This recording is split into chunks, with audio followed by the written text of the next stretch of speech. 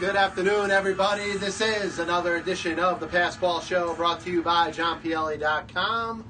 Lots of different stuff we're going to get into today. Do want to remind you, if you're interested and you care to be part of the program, the number is 732-364-3598. That's 732-364-3598. Talking about a lot of different things today. And I got to be honest, this program today is going to be quite a bit baseball-centric.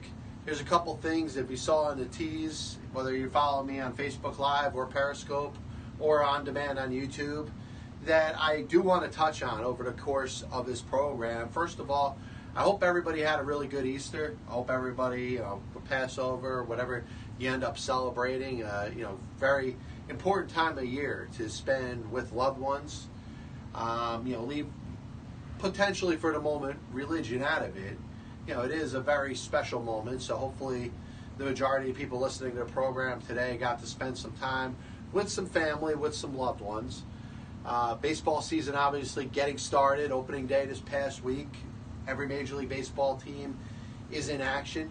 If you're following on the local front, you got obviously the snow, which we saw pretty early this morning, impacting the games. Opening day for the Yankees at Yankee Stadium postponed today, and of course you got the Mets-Phillies game tonight already postponed. Obviously, if you look outside at the weather, for a night game, I think you got a chance to get this night game in, but unfortunately, sometimes you make the calls a little bit too early, and you want to be safe. And I think it's good to not have fans drive all the way up to the stadium or transport themselves in a situation where the weather may be a little bit inclement. So, I get it. I understand why you'd postpone a game this early. You're talking, in the Mets case, probably about 10 hours before the first pitch scheduled for 7 o'clock today. So, I understand. And I think, you want to be safe, make sure the players are safe. I get it. You don't want somebody in a cold weather coming from Florida, per se. And obviously, you got both the Mets and Phillies who are playing their spring training games in a warm weather down in Florida. If somebody gets hurt in a situation like this, in a game where this early in the season, it doesn't really matter. And you got two division rivals, pretty similar to the Yankees and Rays. They're going to play each other 19 times over the course of the season. So I don't have any issue either way with the games being postponed. Obviously, I have less of an issue with the Yankees game because it was scheduled for a 1 o'clock start. And it's asking a lot to get that field into proper condition. I understand the snow stopped fairly early over the course of this morning. But it still takes a lot to make sure that the field is in the right type of conditions. You're going to have a sellout crowd, probably people that are going to the game on opening day, which obviously I can relate to going to Mets opening days. Several people that are there in that stadium that, I hate to say it, with all due respect, don't really belong. They will not go to another baseball game throughout the entire season. Sometimes it's people that get tickets through, corporations and stuff like that. But, you see a handful of a certain crowd, a certain clique that exists at your average opening day game. And some of them don't really strike you as big-time baseball fans. And I would always think about it like this. The amount of fans that are excited and fired up about the potential of opening day, especially when it comes to their own team, the team that they root for, the team that they, call themselves a fan of. You figure these stadiums would fill up with the diehards. You figure the diehards would want to be at the first game over the course of the season. And it's amazing how many diehard fans, Mets, Yankees, Phillies, and don't make a routine of going to every single opening day. You figure opening day is for you. The one that has waited the entire winter, that in some cases is probably not caring so much about football, is not caring so much about college football and college basketball and the NBA and the NHL, and just can't wait for the start of Major League Baseball season. You figure those will be the fans that will be packing any respective house, rooting for their team on opening day. But it's amazing how many quote-unquote diehard fans of individual teams don't think it's a big deal to show up there on opening day. And you know what? Because they're not going, those tickets are being sold to people that probably have no business being there in the first place. So when you're looking at a filled Citi Field, I'll use an example, this Thursday, and you're walking around and you see a bunch of people here and there that just look at a place, look disinterested. And it's not that they want to grab a drink at McFadden's or they want to, check out the scenes of the stadium. It's that they have very little interest in the action that's going on. And that's a problem. I can't blame those people for going. But you know what? Those tickets should already be sold to the diehards. Where are the diehards on opening day? That's my first question I asked today. Yeah, I'm sure there's a handful of people that make a habit of going to opening day every year. I know there's a lot of Yankee fans that were up early, getting ready to take the trip up to the Bronx to catch opening day against the Tampa Bay Rays. Some of them do it regularly. But my issue is not enough people do it regularly. And if you are the diehardest of diehard fans, you should be at opening day. And I'll tell you, if you're listening to this program, it doesn't matter who you're a fan of. If you consider yourself a diehard baseball fan, get your ass to opening day. If you don't show up at opening day on a regular basis, I think you have the right to have your quote-unquote diehard fandom questioned. A couple different things that I want to get into in the world of baseball. Of course, if you followed the game yesterday between the Twins and the Baltimore Orioles, kind of a weird finish to the game. First of all, a great performance by Jose Berrios, who looks like he's really becoming the best pitcher on that Minnesota Twins pitching staff. And I'll tell you, if he becomes an ace, that Twins team is going to be pretty freaking good. And, I have them, winning over 80 games or 82 games, winning more games than they lose, being in a race when it comes to the wild card. But I think there's going to be a lot of competition in the AL. I don't think it's going to be as easy as it was for them last year. I think the Twins are getting better, though. The Twins may be ready to take that next step and become a legitimate contender in the American League. But off of that point for a second, obviously, great job by Jose Berrios, throwing a complete game shutout, the whole thing. Of course, this game draws its attention because of a play that happened in the ninth inning with the Twins ahead 7-0. Here's the issue that I have with this whole thing. And, you can listen to talk radio, you can listen to people debate this point on whether it was, poor sportsmanship, not poor sportsmanship, whether the Twins were whining and crying, acting like little girls, whatever you want to say. I'll leave that for the talking heads. The issue that I have with this is the shift. The shift as it exists in Major League Baseball is becoming so second nature that we expect, teams think that they're analytically sound because they're playing the shift against every single hitter in every single situation. Well, you know what? If I'm on the other side, I'm going to do everything I can to try to counteract the shift. And we have to understand that everybody that comes up to the plate, every left-hand batter that's coming up to the plate with a shift against them, with the second baseman all the way in right field, the shortstop on the right side of the diamond, not every single left-hand hitter is trying to hit a home run. The spray charts may say that they put the majority of the balls in that direction, but not everybody's coming up there trying to hit a home run. Obviously, Ted Williams, he would say, hey, you're going to put the shift on me, I'm going to hit it over the shift and over the fence because that's the way that I hit. Not everybody's Ted Williams. And for hitters to go against the shift, and I'm not talking about the rhetorical bunting, which I'll touch up on in a minute or so, but to simply go the other way, I think would totally change this game. And I'm wondering, where is that first team in Major League Baseball that's going to have a hitting philosophy that's going to say, you know what, we're going to hit against the shift. Sure, there's going to be times in a game where our power hitters are going to have opportunities to hit home runs, but the key, and one of the biggest things in regards to sabermetrics, is getting guys on base. Well, you know what? If another avenue for a hitter to get on base is to hit against the shift. And like I said, I'm not talking about bunting. I'm not talking about coming up with an approach to drag bunt a ball or push a bunt over towards the third baseman where there's nobody covering. I'm talking about the simple approach of hitting the ball away. Inside outing it, if you're a left-hand batter. Hitting it to where nobody's at.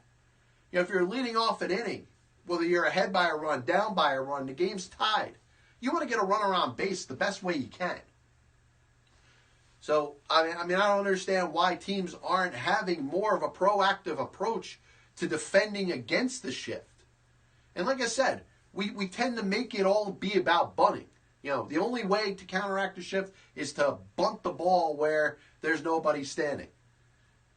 I disagree with that. I believe hitters have the ability, as much as they can, to pull a ball. Their tendencies may be driven to pull a ball, but a good hitter can also hit the ball the other way.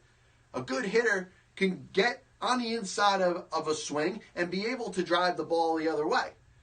So how come we're not seeing more hits against the shift? Is it because of the philosophy on making sure you hit the ball as far as you can? Hit the ball in the air.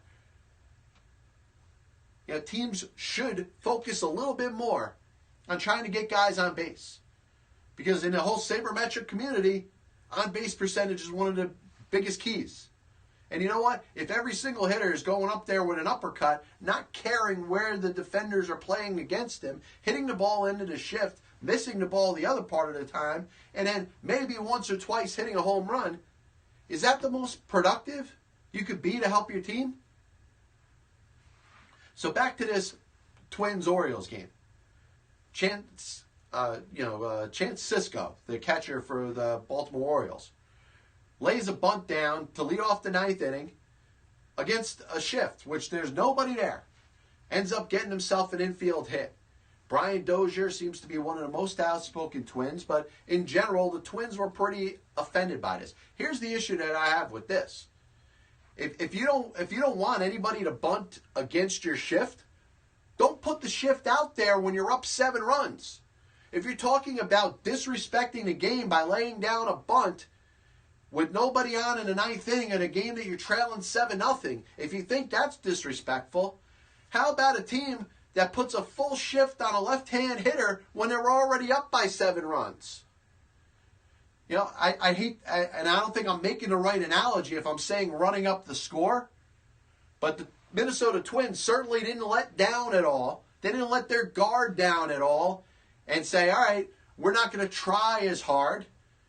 They're putting in their mind what they felt was their best defensive alignment in a game that they were ahead by a lot on.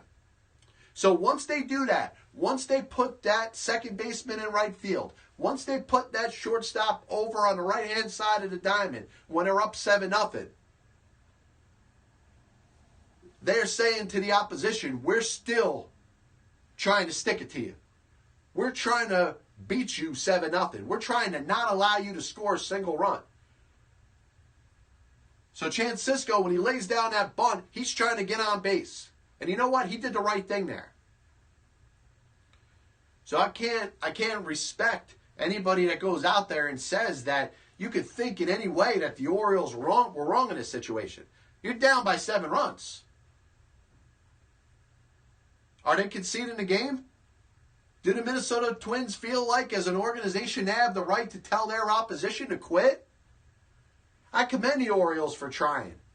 And you know what? If you're going to leave the entire left-hand side of the infield open for me, I'm going to do everything I can to put a ball in that spot so I can get on base. Because you know what? Teams come back from 7-run deficits in 1 inning. And you know how that usually starts? By getting a couple guys on base and building a little bit of momentum. So I think it's a terrible job by Brian Dozier and anybody on the Minnesota Twins that were speaking out against, Chance Sisco putting down a bunt when there's nobody on the left side of the infield. If you didn't want anybody to lay a bunt down on that side of the infield, play your defense straight up. Why are you still trying to get an advantage when you're up 7-0? So I thought that was a terrible job. Once again, John Pielli, Pass Ball Show. The number, if you're interested, 732-364-3598. That's 732-364-3598. You can leave a comment on the Periscope feed or Facebook Live feed. Anything that's on your mind in the world of baseball, sports, and unifying America. Another topic I wanted to get into was fairly hot this weekend. You talk about a new manager in Philadelphia, a guy that is very much known as a guy that understands analytics, a guy that's very smart. He's a great baseball mind. He's been a guest on his show before. And that's Gabe Kapler. And Gabe has been given a job as the manager of the Philadelphia Phillies. And the Phillies are looking to be a team in transition, a team that's gone from the complete rebuild that they were dealing with the last couple of years to a team that looks like it may be ready to start making a little bit of noise in the National League East. And potentially, if things work right, they could be in a race for a wild card spot. Kapler has drawn a little bit of fire over the last couple games, pretty much because of his use of his pitching staff. Now, I don't have any problem with Gabe Kapler, deciding that this is the way that he is going to run his pitching staff. Starter Aaron Nola was pulled out in the 6th inning of opening day after throwing only 68 pitches. The next two starters, Nick Pivetta, and obviously on Sunday, Vince Velasquez, were pulled pretty much as soon as the third time in the batting order starts. Not necessarily struggling, not necessarily in a spot where the game was in dire need, though in Velasquez's case, he didn't pitch very well. He gave up 9 hits and 2 walks in 2 2/3, so it was probably time for him to come out. Nick Pivetta probably could have been run out there for the 5th inning. Gabe Kapler may be revolutionary in the way that he is looking to use his bullpen. And I still believe that. I still believe that if he has the right horses in his bullpen, if he has, let's say, maybe a 4-man rotation and a couple starter types that can pitch multiple innings and won't hesitate to come in the game in the 3rd inning, the 4th inning, or the 5th inning, and a lights-out bullpen, then I think his managerial philosophy will and can work very well in this league. The problem that I have with it is he doesn't have the right pitchers to be able to use them the way he is.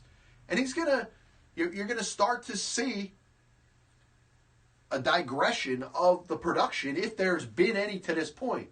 And let's be serious, the Phillies bullpen isn't setting the world on fire. They signed 2 pitchers in the offseason. They brought back Pat Neshek. They signed Tommy Hunter. And obviously they have their closer in Neris. They have a couple other decent arms. Jake Thompson, who was a starter, they're going to use him in kind of that role that I was just talking about before. A guy with an ability to start that can pitch multiple innings, preferably in the middle of the game. They got some live arms, whether it's a Luis Garcia, Drew Hutchinson, who had earned his spot on this roster, and I think is going to be a pretty good asset to them. Edubre Ramos, a guy who throws very hard.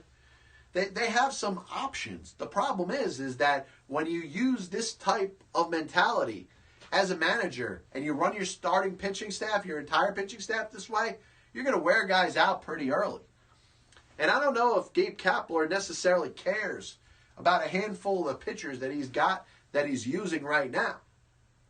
He may want to get every single thing he can out of a couple of these guys.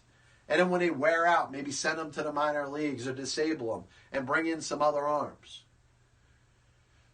But I think this is, if you look back at the World Series last year with the Astros and the Dodgers, and of course Gabe Kapler spent a handful of years working in player development with the Los Angeles Dodgers, and you bet that, the philosophy in regards to analytics and stuff like that, a lot of it was the fruits, it was the work of what Gabe Kapler was doing and studying and contributing towards the Dodgers.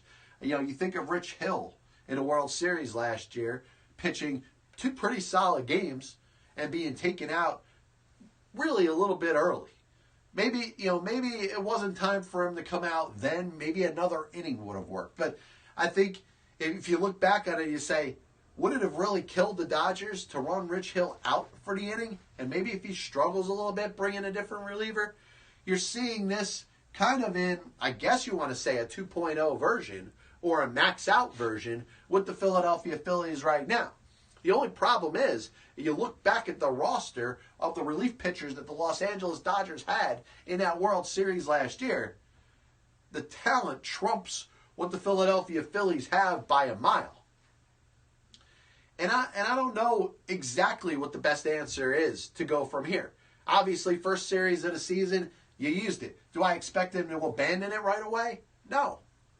But the problem I have is that you don't necessarily have yourself a quality enough of a bullpen that you got guys that could come in a third or fourth or fifth inning and strike batters out and put up zeros. If you have that, maybe down the road it becomes a Jake Thompson. Maybe down the road it becomes a Drew Hutchinson or somebody like that. Maybe when Neshek and Hunter come back and contribute and are major parts of the Phillies bullpen, you end up in a deeper type of situation. The Phillies have already used 10 relief pitchers through their first 3 games. One of them being a position player. And I understand when you're down 15-2, it's a possibility that you might want to use a position player just to save an inning or not burn out one of your relievers when you don't have to. I don't have an issue with Pedro Florimon getting in one of the first 3 games of the season. It was a blowout. The Phillies were getting their what's handed to them. But I tell you, when you got guys like Adam Morgan, like Drew Hutchinson, who are essentially journeyman pitchers, and you're using them in a role where you're essentially going to be asking them to come out of the pen and pitch at least 2 out of every 3 games. I mean, think about it. When your pitcher is going 3 innings or 4 innings tops, or you're going to take him out in the 6th inning if he's pitching his absolute best, then that bullpen is going to be used. Now, I understand. Let's say you go to a 4-man rotation and you hold back on 1 bench player and you give yourself 9 relievers. There's a way to make it work. I just don't think in this particular situation with the Philadelphia Phillies, it's the right idea. I think down the road, I think this is a way you can manage. And if you look at the way managers manage their bullpens in the postseason in Major League Baseball, you understand that it's kind of the way things go there. Your best relievers are going to be used mostly all the time. Mostly used in every single game if possible. Remember, Brandon Morrow for the Dodgers pitched in all 7 games of the World Series. So, you understand that teams, especially when they're in the postseason, they're going to want to use their best pitchers. The only problem is that the more work and the more time you go to the same pitchers, you're giving the opposition a better look at them every single time out. And you've seen it happen in the postseason, whether it's an Andrew Miller, whether it's an Aroldis Chapman, whether it's Chris Davinsky, whether it's a Brandon Morrow. Pitchers that have dominated all season and have had pretty good postseasons, all of a sudden start getting lit up because their manager can't stop using them. There has to be some kind of balance. There has to be an understanding at some point in the game where if you're going to use a pitcher 2 times in a row, maybe give him a day off, even in the postseason. Because, the rest helps, but also the more looks that you continue to give the other team of the same pitcher, it's a distinct advantage to the offense, to the opposition, because you're giving them a better look at the best of what you could give. The problem I have with trying to make this work over the course of a full season, and I believe that Gabe Kapler is very innovative. I think that he is very serious about how he wants to use his pitchers. If you don't have a Jake Arrieta or an Aaron Nola pitching in your 3rd or 4th or 5th spot of your rotation, you might as well try to get, a time or 2 through the batting order from a marginal pitcher. And then bring in somebody else that could give the other team a different look over the course of the next time or 2. And then you get into your bullpen. And maybe we've progressed to a time where we'll see a starting rotation maybe have 2 or 3 spots that are open to starters that are only going to pitch 3 innings. But they're piggybacked pretty similar to what the Colorado Rockies were doing about 4 or 5 years ago with another just as good pitcher or just as worthy pitcher to be in the starting rotation to pitch innings 4 through 6. And then after that, you go to your bullpen. Maybe it's going to take 2 starters to get into the relief innings. I think this is the way baseball is progressing. But in order to do that, you need to have the right pitchers to be able to do it. I can't imagine Jake Arrieta being pulled in the fourth inning when he's given up 2 hits and a run with a guy on first base. He's not going to take that too well. I mean, geez, you're paying the guy $75 million over 3 years. You're not paying him to be taken out of the game in the fourth inning. So I'd be surprised if Kapler ends up managing Jake Arrieta the same way that he's managing Nick Pivetta or Aaron Nola.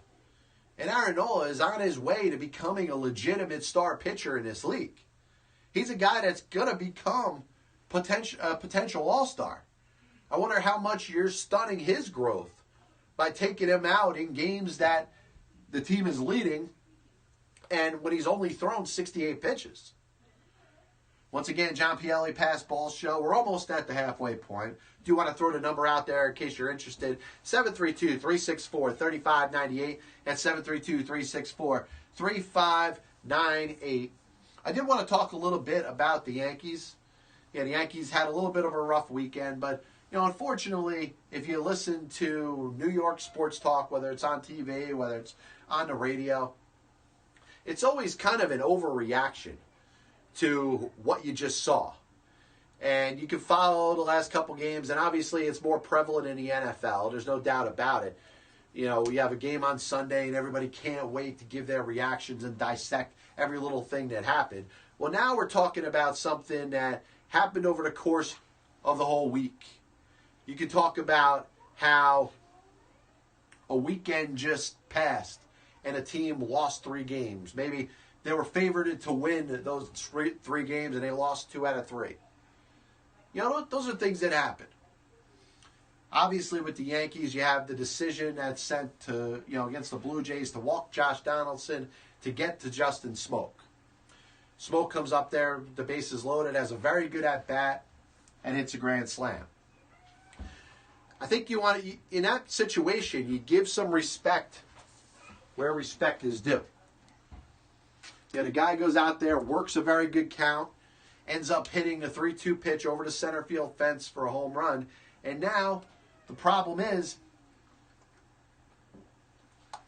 you have a series of New York Yankees fans that want to blame somebody. They want to get on the case of somebody for not getting the job done. David Robertson gave up a grand slam in a big spot. Is it the manager's fault?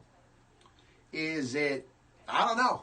The bottom line is we understand that most New York fans do not want to blame the players for bad performance. But now we live in a day and age where the managers are being told what to do from the quote-unquote eye in the sky. They're being told what to do from their front office, from their general managers, from their analytics staff. The analytics staff is saying, in this particular situation, this is how you pitch to this player. There is the halfway point. Let that go for a second and move on. Decisions are being made for the managers. And they're having very little say. And the ability to go to their gut, like they've been able to do for years, like the Billy Martins, like the Leo DeRochers used to do. The managers in baseball that used to have an impact one way or the other on whether their team was going to win or lose because of their philosophy and their beliefs. These are all things that are being taken away from them. These are decisions that are being made for them. So you almost don't need a manager in a dugout. You may need a statue to sit there and have a uniform on. You could give them a number on the back of their jersey, but you probably don't need them to say anything. If you want, you could have your pitching coach go out there and make the pitching changes because it's not your call to make the pitching change. The booklet says, all right, at this point, 3rd time through the batting order, time to make a change. Lefty on lefty, make a pitching change. The decisions that are made with a manager's gut don't exist in Major League Baseball now. So you got New York Yankee fans up in arms over the fact that Justin Smoak hit a grand slam off of David Robertson. And they want to blame Aaron Boone. But you know what? The smarter fans are realizing that they can't blame Aaron Boone because Aaron Boone didn't make that decision. Aaron Boone didn't make that call.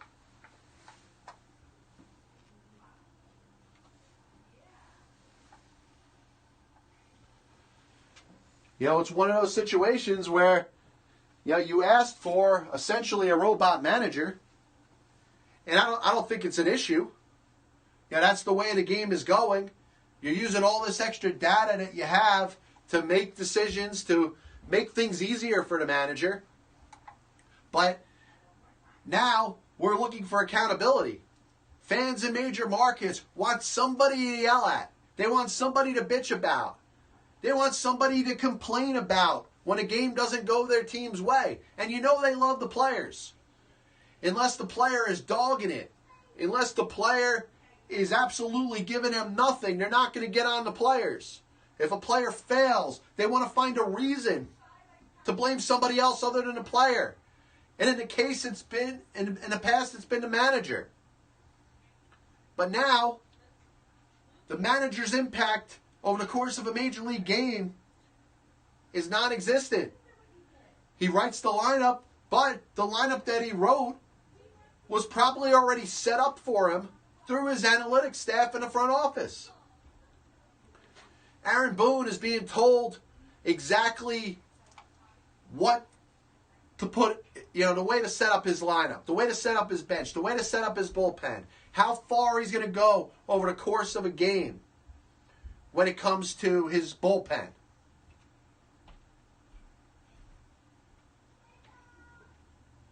And it's just, you're leaving fans at a standstill because they want to be screaming at the TV at somebody, but now they don't know who to yell at. Do you blame David Robertson? Well, listen, I thought David Robertson did a pretty good job in that at bat. Of course, the result was not good. He hit a grand slam, sure. He threw 7 curveballs in a row. Justin Smoke did a very good job. Fouled him off. And any time the fastball hit it over the center field fence for a grand slam. Sometimes you got to just tip your cap. But no. Yankees fans are pissed off because they want to, they want to blame somebody.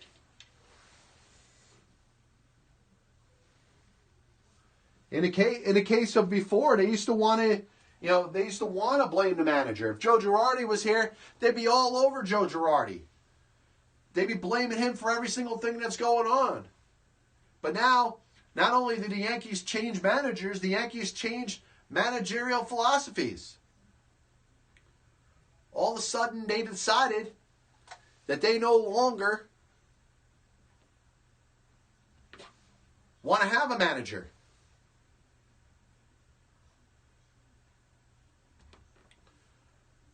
Moving on, once again, John Pielli Pass Ball Show. Be with you probably for the next 20 minutes or so. We're going to take a break from baseball for a second and talk about a story that, I saw today, kind of read it a little bit, and found a little interest in what was being discussed and talked about. And when I looked at this story and the way that it was titled, that there was a top college basketball recruit, and apparently the recruit's dad was unhappy with something that John Calipari did. I'm thinking, all right, maybe we're about to see a bad side of John Calipari. Obviously a guy who was, very successful coach. Kids that are coming through prep schools and high schools are probably lining up at the door to sign up to play for John Calipari. And I'm thinking I'm about to read something that's going to give you an indication that maybe, John Calipari was either a little full of himself, maybe didn't treat this player right, and I end up getting, as an answer, the exact opposite. The problem that we have in this country is that kids are talented. Especially, you look all across the country when we talk about athletes. And everybody's trying to get the edge over the next kid. When you're talking about players every year, they're getting ready through the high school, in this case, the basketball season. They're looking to try to see what opportunities they have. They know if they got the skills, the individual players do, that there's going to be a Division I program that's going to offer them a full scholarship.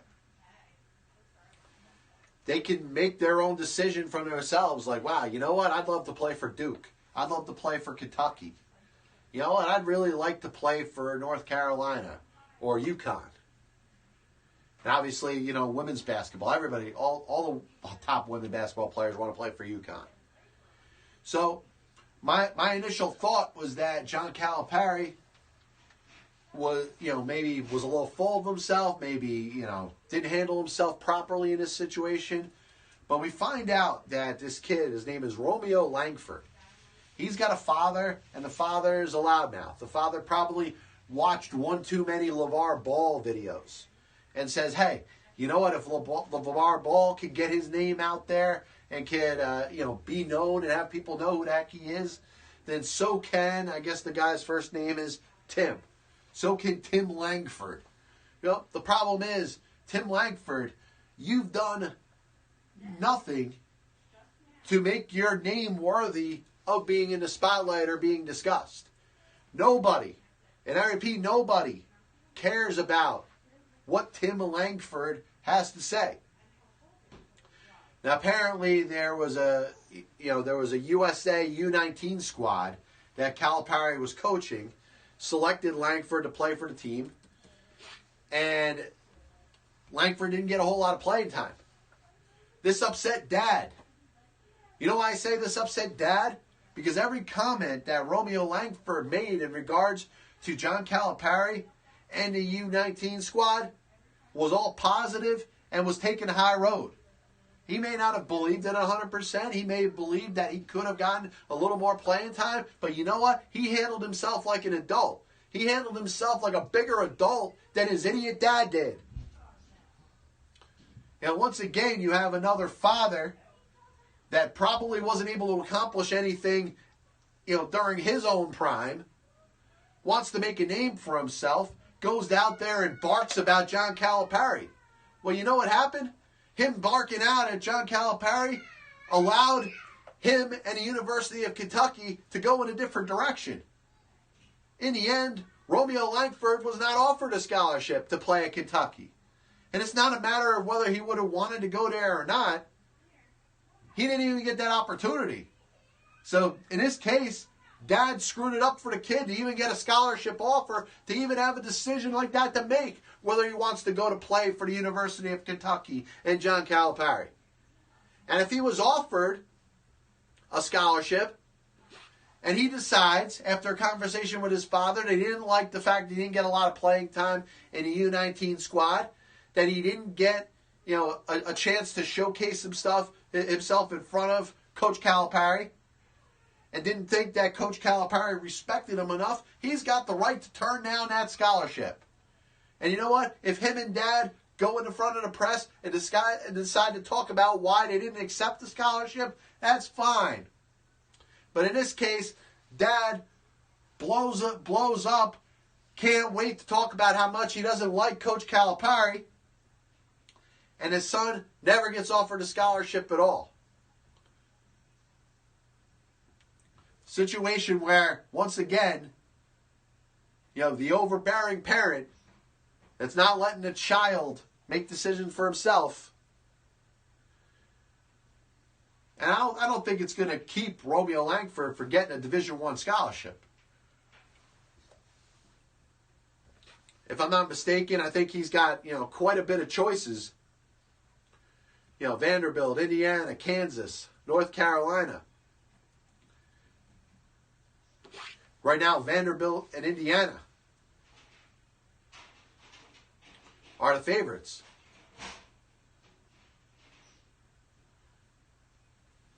You know, Tim Langford's looking at his son like he's the greatest athlete in the history of the world. And you know why? Because he's his son. Do you think Tim Langford is going to be objective when he's watching these other players play? He could be watching the next Jordan and LeBron and Kobe playing on a court together. And he's going to say they're all not good. They're all not as good as my son. That's because it's his son. You don't see a biasness in there? Any father is going to think that their child is better than anybody else's. So, hopefully, Romeo Langford can keep, at least in a public eye, the words of his father from impacting the rest of his college and potential NBA career. Because all you have to do is go over to see what has happened in California with Lonzo Ball and his father, LeVar. All the Ball kids could possibly think that their dad is the greatest in the world. And I'm sure their dad has the best intentions for his kids. But you come a point in a young man or a young woman's life where you got to let them go out on their own. Stop being that overbearing parent that we see in Little League. You know, the mother that's going to complain every single time their son comes out of the game, thinking that their son is probably, in some cases, better than he really is. That mother will never think after the third or fourth game, when the son is taken out in the middle of the game, that maybe his son, her lovely son, is not as good as the other kids on the field. Yeah, at some point when you have competition, you have to set yourself up to give yourself the best chance to win a game. And it's not with everybody's darling son or darling daughter. But just to finish off this point, you know, we can't be in a situation where we're allowing parents to jump in and make these types of comments and accusations and taking time away from the kids themselves. The couple networks that are over there wanting to interview Tim Langford are probably those same lousy networks that couldn't wait to interview LeVar Ball. Every interview that LeVar Ball takes means that there's less attention put on his son, not more. More attention on LeVar Ball, less attention on Lonzo Ball. Same thing will apply to the Langfords. The more attention it's on Tim Langford, the less attention is going to be on Romeo Langford. And I think if that's the case, as a father, you're doing your child a disservice. And I don't think that's right. Got the national championship game tonight. Michigan coming off a win over Loyola of Chicago, going up against Villanova, who of course beat Kansas in the regional final, or whatever, the Final Four final, whatever you want to call it. I did want to offer a couple points about Loyola of Chicago. A lot of attention was put on them, obviously being the 11th seed, the unheralded team that went out there and made a ridiculous run. Won some very tight games early, but made it all the way to the Final Four. A lot of attention and a 98-year-old Sister Jean. And obviously she got a lot of play. You know what? She's lived a lot of years, so good for her. Good for her to be out there in the spotlight and the media, getting interviews, getting a chance to talk. I don't have any issue with that whatsoever. But when you get to the Final Four, you either belong or you don't belong. And I'll tell you, Loyola Chicago for the first 23 minutes, 25 minutes or so of this game looked like they could hang with Michigan. And I was very proud of them because Michigan was a very good team. I think they got a very good chance to win the game tonight against Villanova. They have, I think the best player on the court in Wagner, pronounced Wagner. But Loyola Chicago, all of a sudden, ran out of gas as if the pixie dust just kind of floated right off of their jerseys. I got to be honest, I've watched my share of basketball games, whether it's NBA or college, and I've never seen anything like this in my life. A team that was fighting tooth and nail, able to make big shots. May give up a basket here and there, but they're also able to stop them. And offensively, they're able to, if the other team scores, to counteract it. If they get stopped, they're able to stop the opposition. Playing very competitively, as if either Loyola of Chicago or Michigan could have won that game. And then all of a sudden, it's like they just forgot how to play. They couldn't bring the ball up the court anymore. I understand Michigan hit a shot or two, but all of a sudden Michigan's driving to the basket, there's a free path. Wagner's getting to the glass. Wagner's, dunking a ball. Anything that's contested is a foul. And then all of a sudden you're bringing up the ball and you can't get the ball past the center line. You can't get the ball into the backcourt. All of a sudden they went from a team that, yes, they were along that Cinderella mantra where they were being treated as if they were this big surprise team, the George Mason per se from a couple of years ago. And they were battling and they were giving Michigan everything they got. And all of a sudden they just forgot how to play basketball. It's like they took the regulars out there and put a series of senior citizens in there and took away their walkers. Listen, you could give all the credit due to Loyola of Chicago for the job that they did. They did a solid job getting to the Final Four. Nobody expected them to. And like you said, anybody that had Loyola of Chicago going to the Final Four in your brackets, you're lying. You're either lying or you set up 50 different brackets so you can take a picture of one if any team makes it there, surprisingly. Loyola Chicago proved that they belonged there. But once that game got tough, with all due respect to those kids and how hard they tried and how well they were coached, all of a sudden they forgot how to play basketball. And you can give them credit for getting there. But I would have much rather them been being blown out from the opening tip than to give you 23 minutes that proved you could compete with them and potentially beat them. They were up by, 10 points a couple times over the course of that game. And then all of a sudden, it was just like a different team.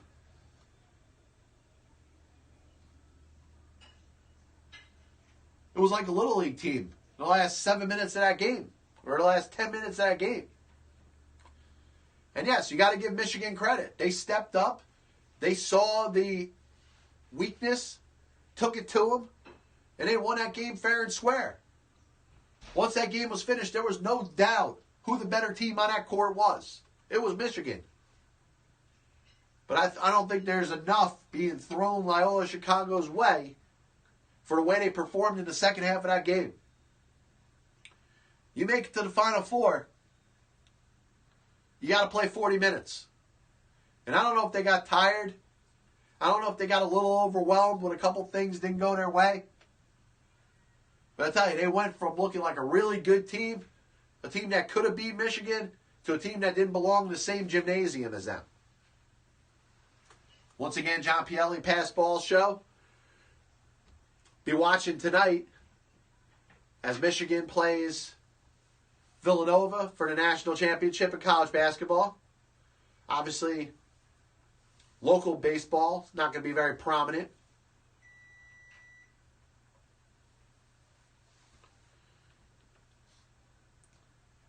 Anything going on in the world of baseball in regards to surprises?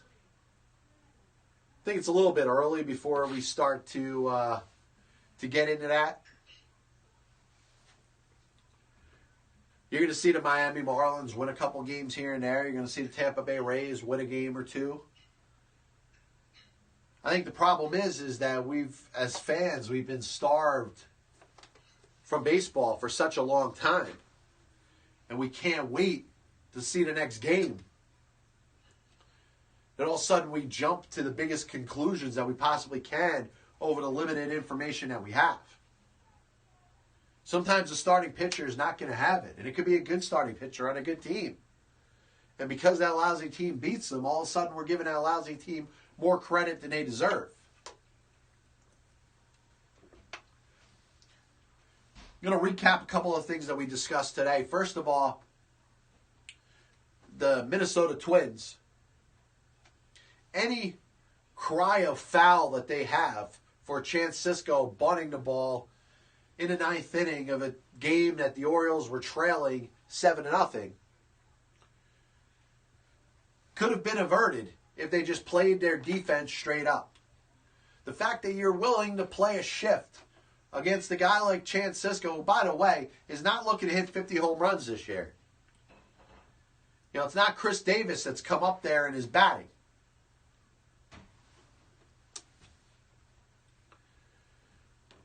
Once you decide to change that, to go back to a regular defense, then I'd understand it if somebody was trying to do something devious. In fact, you don't want Chance Sisco to bunt or to hit against the shift. Don't put the friggin' shift up there. We also talked about Gabe Kapler today. I believe he is very innovative in what he's looking to do with his relief pitchers. I don't think he's got the right pitchers to do it. Maybe down the road, this is a philosophy that ends up working well, not just for the Phillies, but in all of Major League Baseball.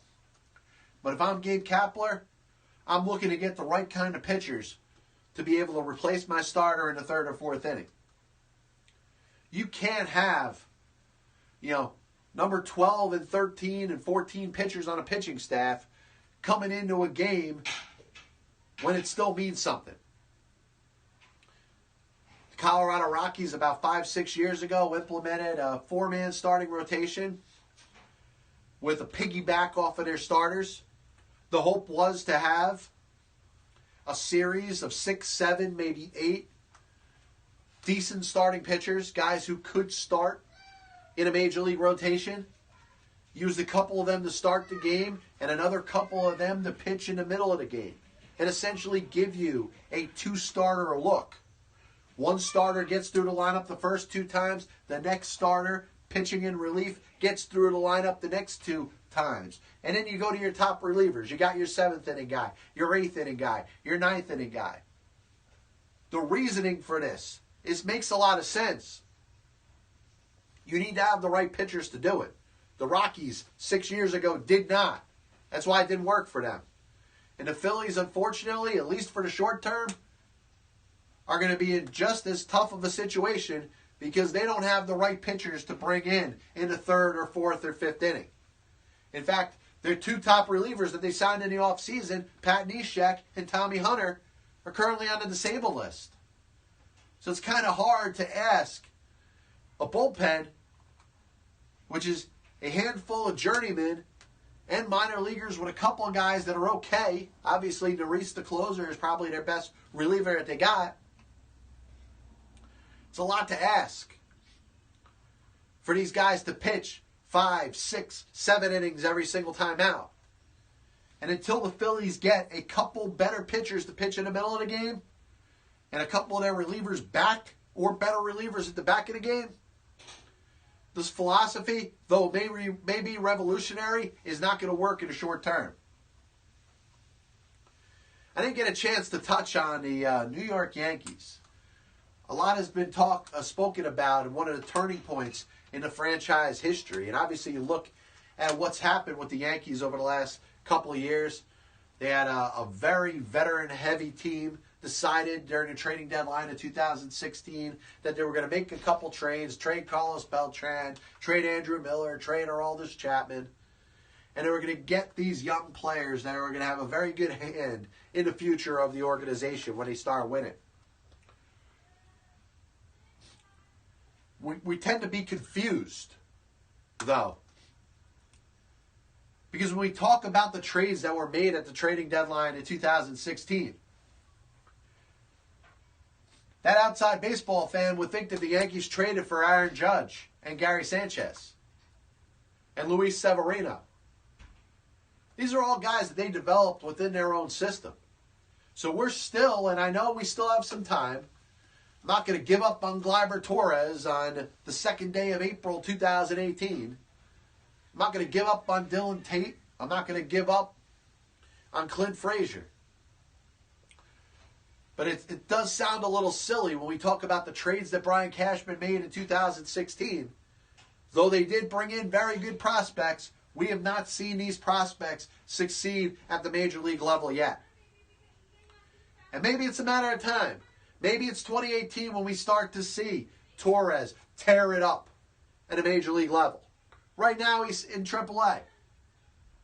Clint Frazier's a little bit hurt now. Maybe not enough room on his current roster after the trade for Giancarlo Stanton. But I'm not going to applaud the Cashman trades made in 2016 until these players that were acquired in these deals end up having an impact at a major league level. So you can talk all you want about the baby Bombers. And sure, the Yankees are the team to beat, in my opinion, in the American League. They're my pick to go to the World Series. But I'm not saying it's going to happen at the strength of Gleyber Torres and Clint Frazier and Dylan Tate. I want to see something from them on the field at the major league level before I can start to give Brian Cashman credit for making those trades in 2016. Because right now, he helped the Cleveland Indians get to the World Series. He helped the Chicago Cubs win the World Series in 2016. Gleyber Torres has not played at the major league level yet. Clint Frazier has had a handful of at-bats in August and September of 2017. Even when he's at full strength, he's a minor league player right now. Dylan Tate, there's not even discussion of him coming up to the major leagues. Justice Sheffield might be the Yankees' best pitching prospect at the moment, but he's not making his major league debut anytime soon. So until I see any of these players, and preferably the majority of them, succeed at the major league level, I'm not giving Brian Cashman credit for making those trades in 2016. Back with you tomorrow, 6 to 7 p.m. on Periscope, Facebook Live, and on demand on YouTube. God bless you, and as always, I'll see you on the other side.